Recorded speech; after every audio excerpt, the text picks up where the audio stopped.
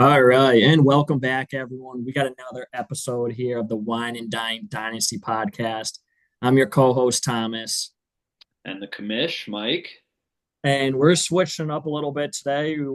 Initially, we're going to take a little break from the league talk and go over some keep trade cut trades that we came across that pertain to our league settings. So just a reminder, that's going to be super flex, so two QBs, no tight end premium, 10 team league, and start 9 to 10. And then if we have a little time afterwards, maybe we'll give you guys some bonus content. But Commish just pulled up the trades right here. I don't know if you want to start the first one there. Yeah, so we're gonna pick sides. Any disagreements we'll dive into a little further. So I would say this first trade, I'm going team two. Yeah, so Lamar P. Mahomes and Marvin Harrison. Yeah, I agree here. I'm on the Lamar side. I just really think that dual threat is hard to pass up on. Yeah, if you can see on the right, it gives a little details of the settings in each league. And for us, we get 4 points for a pass TD. This league, they're only getting three, and that just devalues Patrick Mahomes even more. So I see Lamar being an absolute stud in that league, given that, him and Josh Allen, maybe Hurts and Daniels at times will get those rushing yards and TDs. But outside of that, I mean, that tier will just skyrocket above the others. So he's basically an untradeable at that point. Yeah, and we've seen him get traded a few times in our league, which to me is kind of crazy. It's insane. Yeah, but yeah, so first one agreement there on Lamar. Number two, we got Zach Sharp, a 2025 round two, and Madison for a Dak Prescott in round two. 4 point. Yeah, I mean, I'm probably still taking the Dak Prescott in Yeah. 2025 round two here. I think Madison could just be a non-factor. Raiders could very much draft a running back here. We don't know what the round two's considered or No, whether. it's nothing exciting. It's basically Charbonnet might be a starter for Dak Prescott will definitely be a starter. And Yeah, that to me is just an easy one. If we jump down to the next one, it's almost a team swap for starters. So I like the effort by whoever put this out. It's crazy it got accepted. But what do you think of this one? I'm probably siding.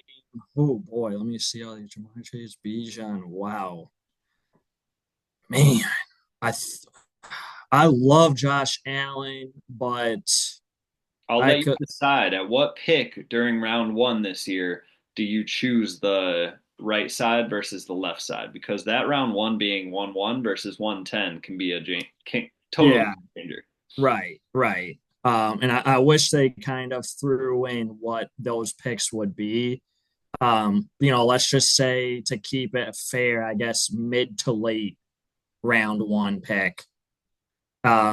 I'm assuming he's not trading away a 101 when he's got Jamar Chase, Bijan, so his team has to be decent there.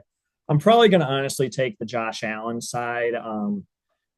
It's going to be hard to roster five of those guys. I could easily see myself starting Allen, Harrison, and Derrick Henry next year. And, oh, man, now I'm looking over it. Jamar, Bijan, Chris Olave will all probably be starters. Yeah, give me the Josh Allen side.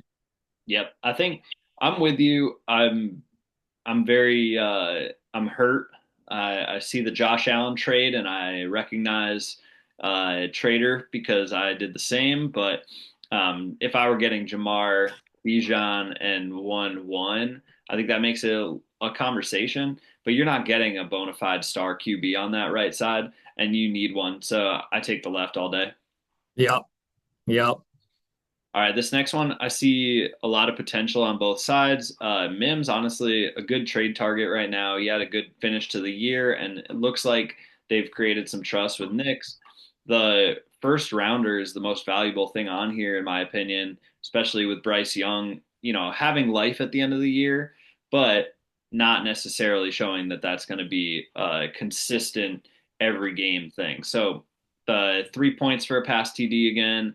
I'm gonna go right side actually. Okay, all right. Our first disagreement here. I'm probably going to go with the 2025 round one in Marvin Mims. Um, yeah, I liked what I saw out of Bryce Young at the end of the year. Ricky Pearsall was a guy that I was high on going into the year. He had some very good flashes, but other games he disappeared. So I don't know if I would see him starting in my lineup consistently. Versus, we were kind of just talking about the 2025 draft class, which I think you can get some good solid guys. So, and Mims came on towards the end of the year, so I would go with the 25 round one in Mims.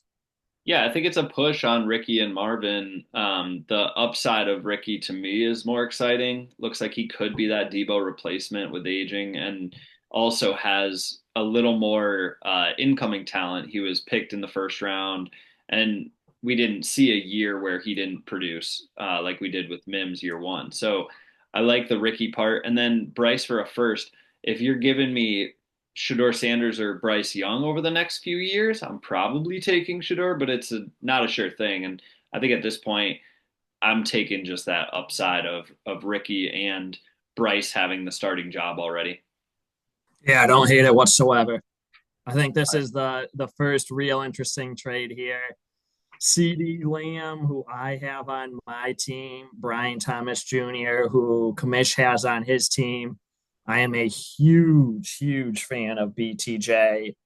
Um, man, oh man, We might have I a deal done right here. yeah, I love BTJ. I would probably still take CD Lamb. I don't know if I could give him up just for BTJ straight up. I think Lamb's, who missed last game of the week, but going into that was the number 4 wide receiver on the year, and that was with half the season of Cooper Rush.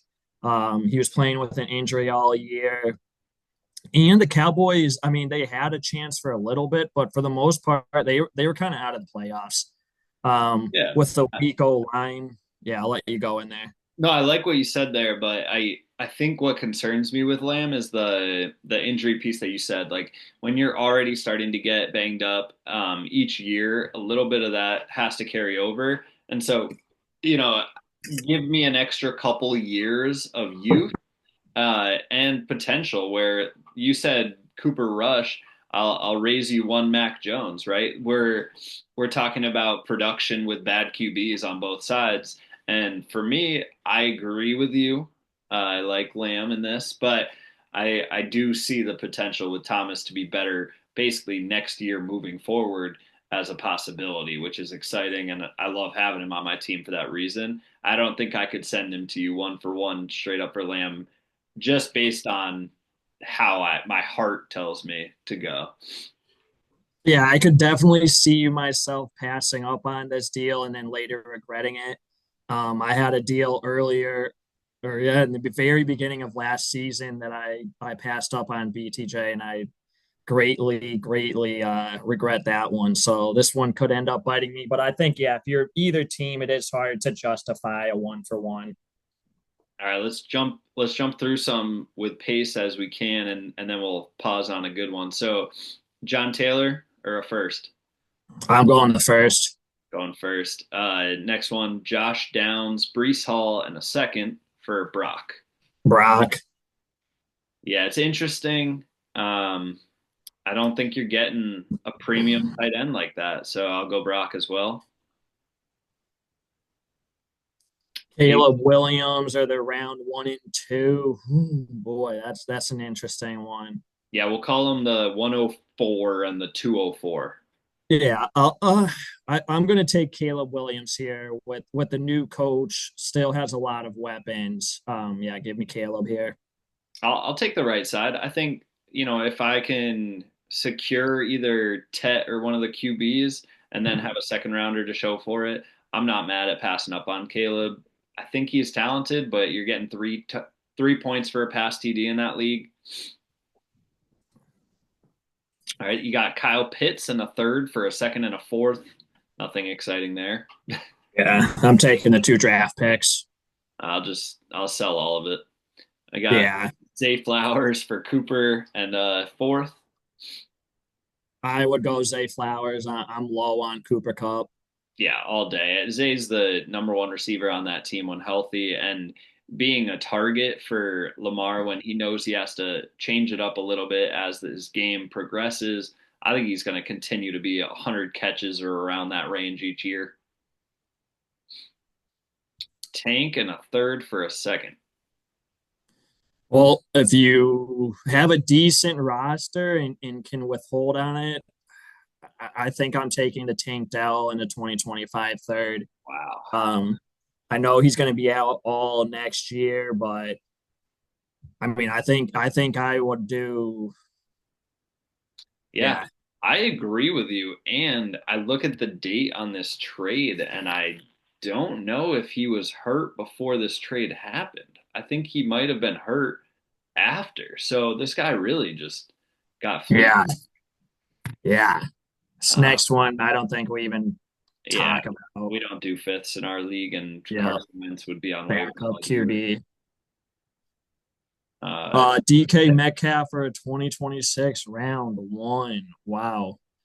I mean, I did see rumors recently of DK going to the Chargers. If that happened, then man, I would love DK here. Um, and I wouldn't want to wait a whole another year, so I'd probably take DK.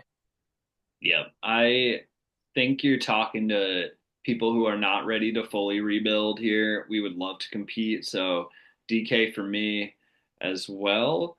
I'm gonna jump down a few and just cherry pick some. So we've got Malik Neighbors, Anthony Richardson for Josh Allen.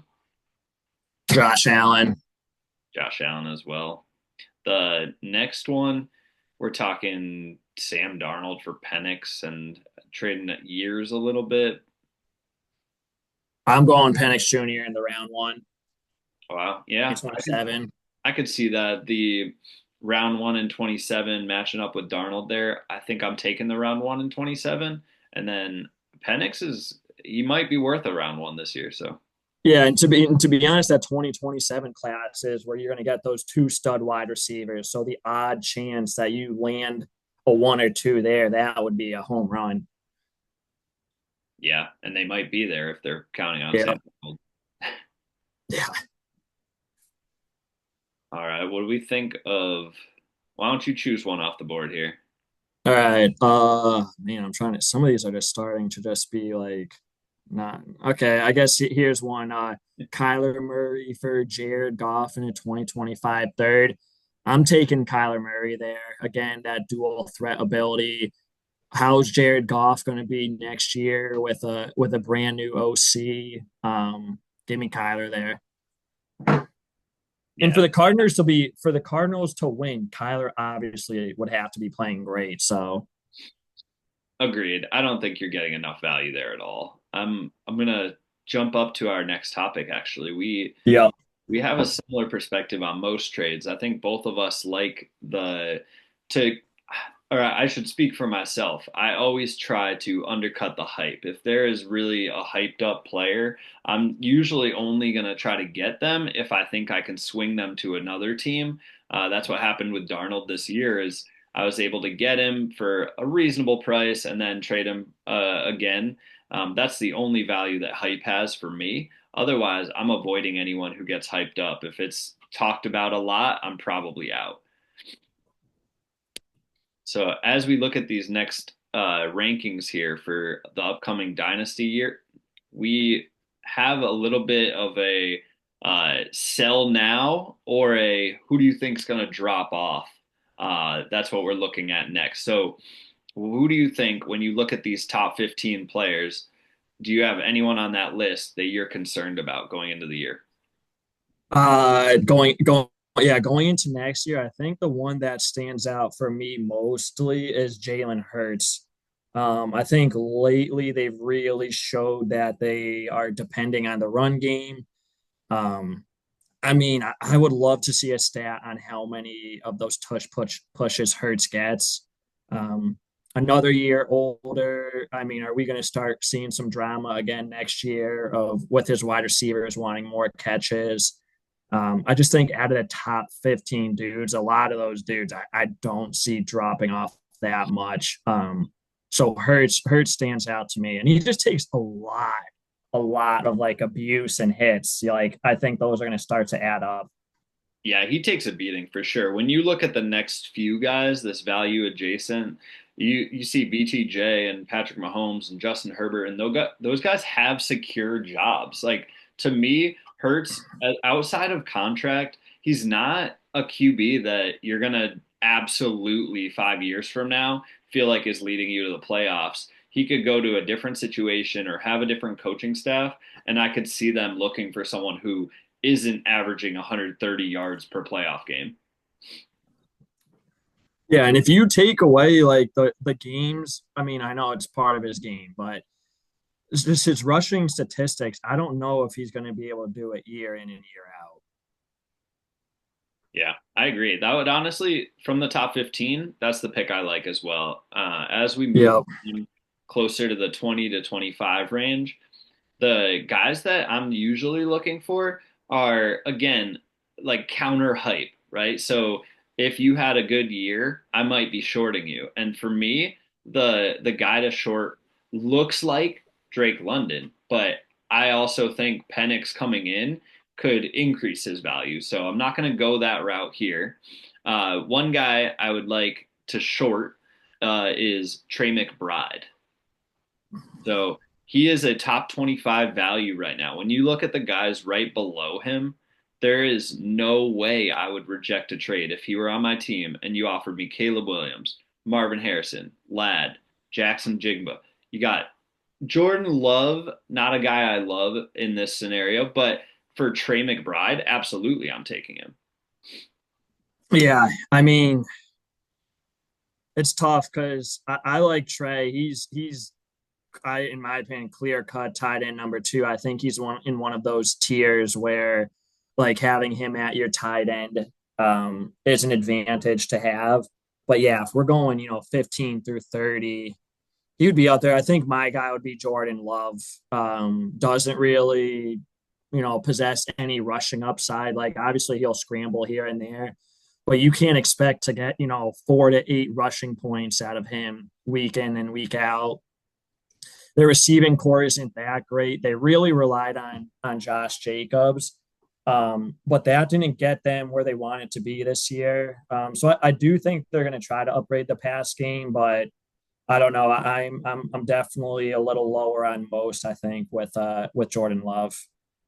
Yeah, I think you're on to something. And I also look at guys who had a good year or a couple good years, right? And so for him, he started a little later into his career. Then he had a couple good years. And for this year, he got banged up and he didn't necessarily put up any numbers. So I like your pick.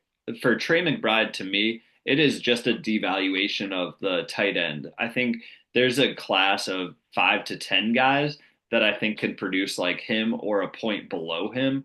I hear you on the tiers, but for me, Kyler Murray, that offense, it just didn't shape up to be something that stands out the way like Washington's does. And so I'd be looking more for who's the next guy than trying to take advantage of Trey McBride when he's pretty highly valued here. Yeah, and you got to think Marvin Harrison establishes himself a little more in that offense. Absolutely. All right, so we'll give it the top 40 and then a top 50 here. So who's in this next tier of 10 that you don't like? Uh, it's for me. I mean, I was already texting the owner, but it's AJ Brown. I think if he stays in that Philly offense, like man, again, the run game is just dominates the offense. He's going to be another year older at 28, 29. You start losing that ability to sell a guy on youth and having 2, 3 more really good years. Um, he's got to hit home runs kind of on some big deep balls or touchdowns because this year he wasn't consistently getting high volume receiving games. Um, and if I'm looking at it, like if AJ Brown wasn't too far off an early first, I would I'm just low again on that Philadelphia pass game. Not high on AJ Brown or Devonta Smith. I think they have games here and there where they can put up big numbers, but not on a consistent basis. Agreed. I see it as tier six here. They have it in that column. And, you are talking about an early first. I would much rather an early first over AJ right now. He is in a delicate situation with the past game, as you referenced, and he might get, onto the trade block. And for me, if he gets traded, that increases his value at this point because I just don't like the situation.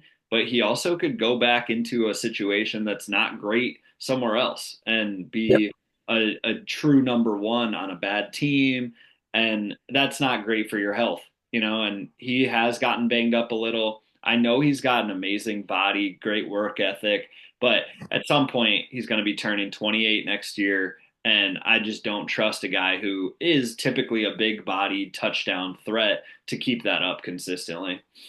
Yeah, and he will be 28 before the season starts next year. Yep. So for me in this tier, it's hard for me to look at a guy like Kyler Murray and want to sell because he's on my squad. But I'm not obsessed with him. I'm not obsessed with Bucky Irving. I think if you can get out on him now, it's not the terrible time. It looks like his rating, he ranked 10 spots higher over the last few weeks here is what it shows. And I just think that's probably a little inflated. Another guy here, I know I've told you this, but I would be selling Kieran Williams. This is probably the last chance he'll have to do it because over next season, that team might have changes and they might be trying to go a different direction. They stumbled in the playoffs this year against the Philly team that neither of us liked, and they hurt some of us betters.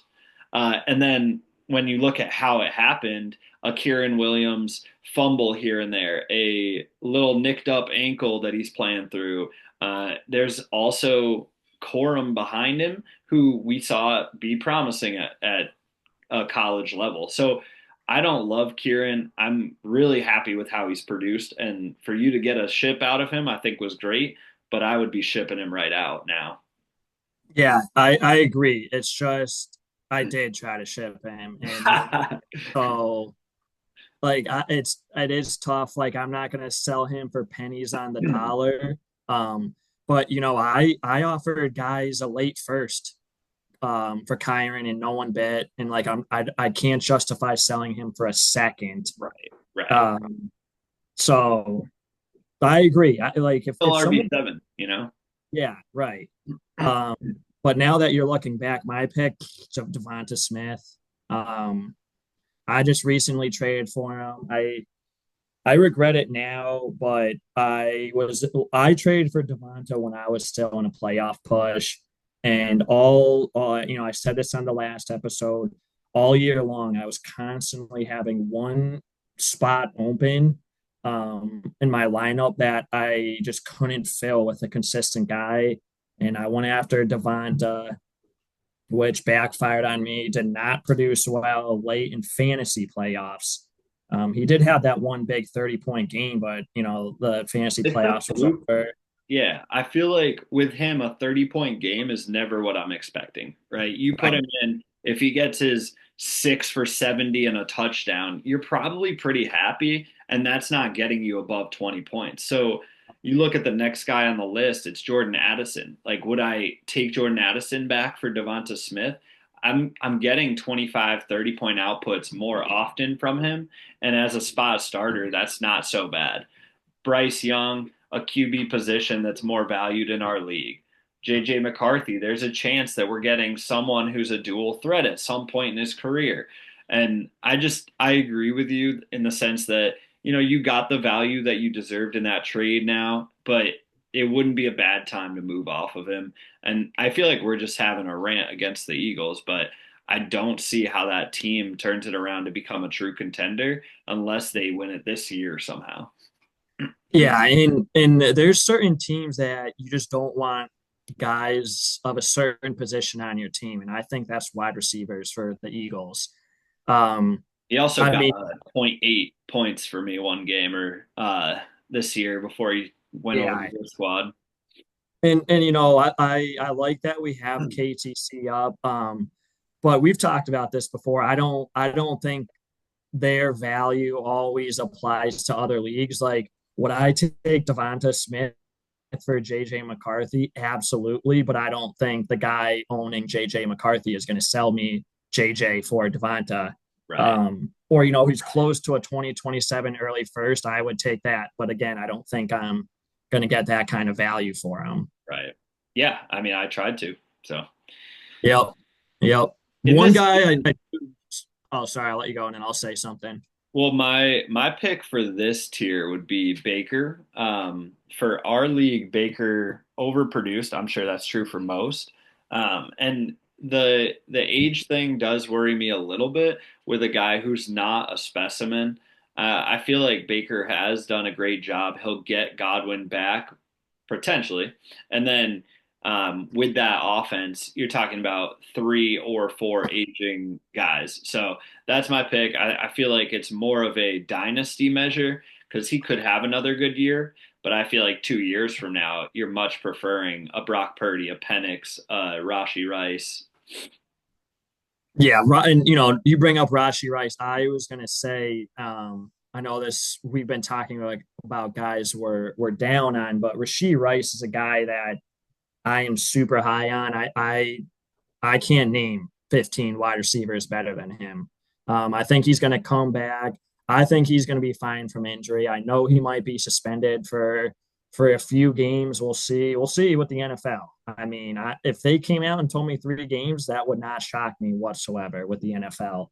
I'm super high on Rasheed Rice. I need him to come back and have a good year. I mean, he was looking amazing those first 3 games with Pat Mahomes, and to end his rookie season. I think give him 1 or 2 games into the season or into him coming back and he'll be right where he left off. Yeah, he's a target for me for sure in other leagues and ours. I also look at this list and it kind of tells that tale I was saying with Trey McBride. Even though I'm devaluing tight end a bit, you're dropping 20 spots to get the TE3. Like Sam Laporta to me could have a better year next year than Trey McBride. And so he's a target where I want to buy the dip. He had a lower this year, and we saw that offense doing some big things. But when they started to stabilize toward the end of the year is when he actually showed up. And I think that's where it will land law of averages next year now that he's healthy. So that's a target that I see on here that I love. But I will say we're gonna jump off here in a second.